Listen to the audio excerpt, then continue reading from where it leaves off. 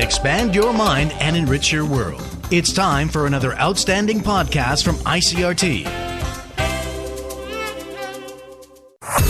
This is Taiwan Talk. This is Taiwan Talk on ICRT. Learning Chinese can be hard. Really hard for many of us. But there's ways to make it easier. So says Olle Linge, the author of the popular blog Hacking Chinese. I sat down with him to see what advice he has for struggling language learners. Thanks so much for joining us today. Thank you.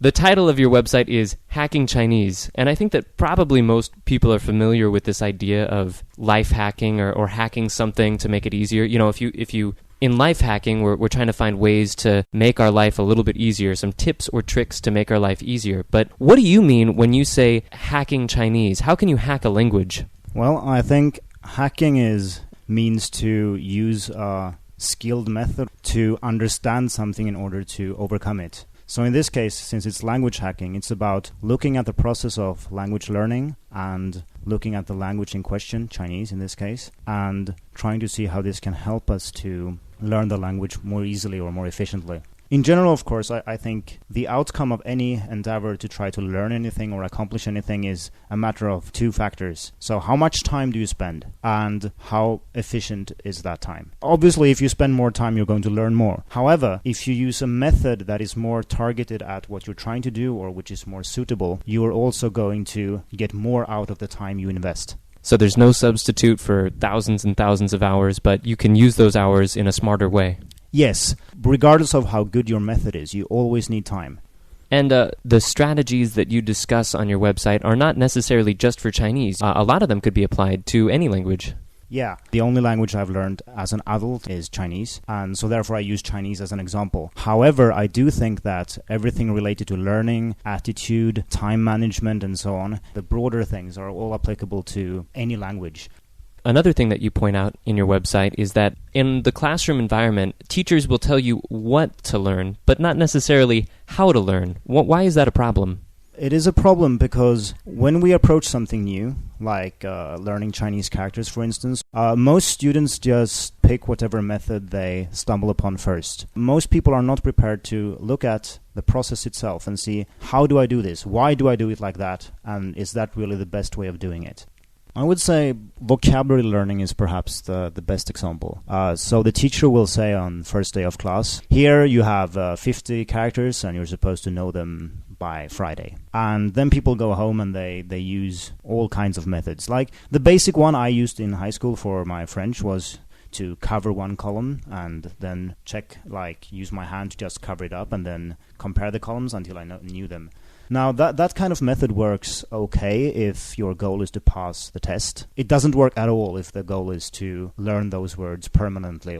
The problem you will run into is that you will have thousands and thousands and thousands of words, and there is no way you can review them all. And this is when I started experimenting with vocabulary learning. So you kind of developed a better way to review these words. Yes, the best thing to do would be to wait for as long as possible, but not so long that we forget the word in question. Because if we forget the word, we've sort of wasted the effort. We should review the word just before we forget it. That's the most time-efficient way of doing it. So that's probably one of the things where I think that my method has changed the most. From doing this primitive, just for the test thing, to this very, very long term, like planning to learn a word forever. Obviously, after a while, I realized that I'm actually reinventing the wheel. Like, people have done this actually for quite a long time. And this is called spaced repetition, or if it's a program, it's called spaced repetition software. So part of hacking a language is finding the patterns of the language, finding the logic. And in Chinese, that logic, in a lot of ways, it's more obvious than in other languages. You have individual characters with individual meanings, and inside those characters you have radicals, and those have their own meanings and their own sounds. Maybe what's less obvious is how can somebody use all that to make their Chinese learning more efficient and maybe less painful? I think this question is related to the fact that learning something which is meaningful is easier than learning something which isn't. So, in essence, learning something is about connecting something new to something we already know. Now, connecting something which is meaningless is very hard because you can't really associate it to anything. One good example would be the way Chinese characters are formed, most of them. is that they combine one part representing the sound of the character and one part representing the meaning. And if you pay attention to patterns like this, you will suddenly find that some things that looked very, very hard suddenly become fairly easy. So I'm going to give you an example of that.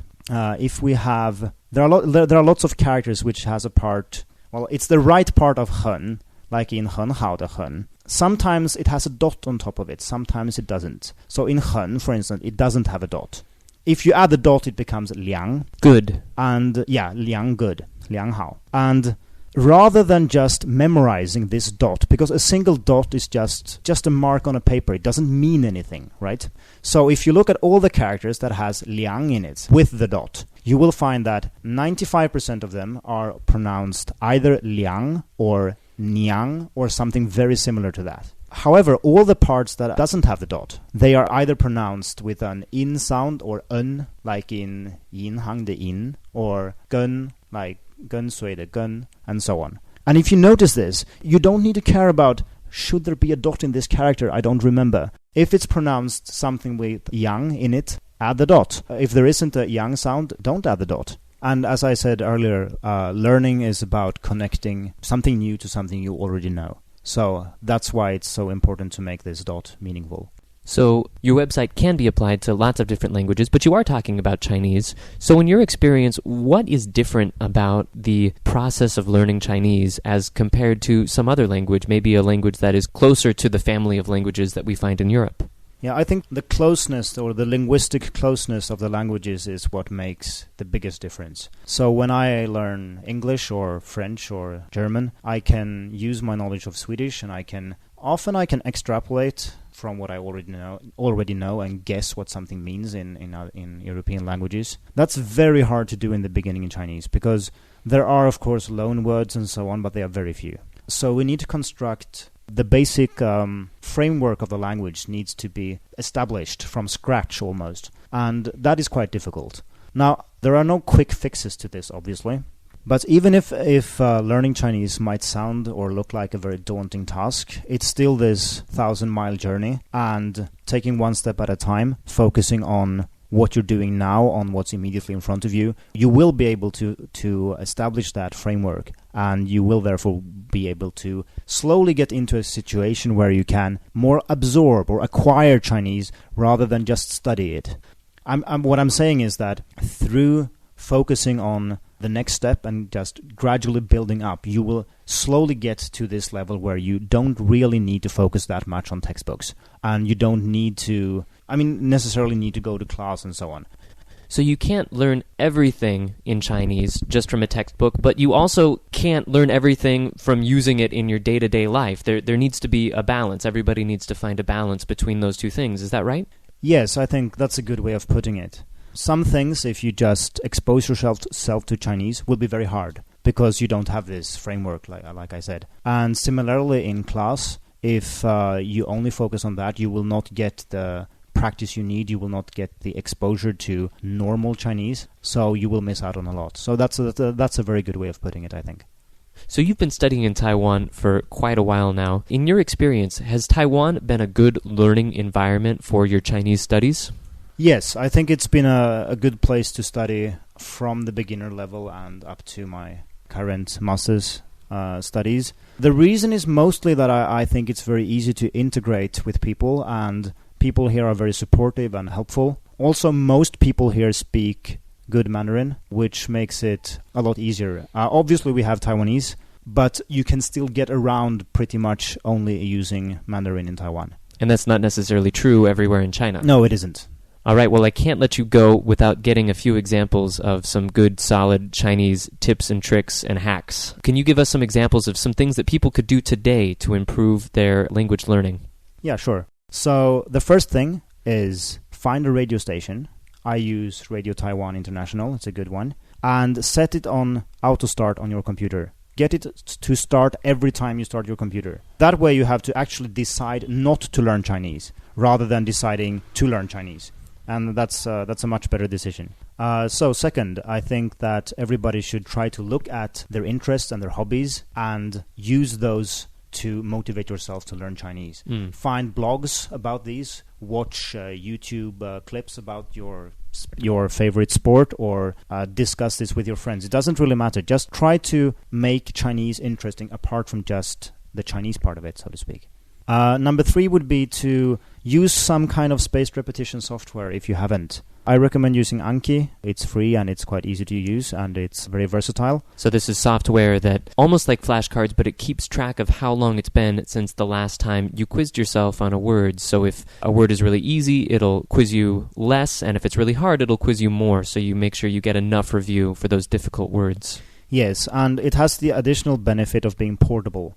Like, you can't carry a shoebox with flashcards around, but you can carry your phone around.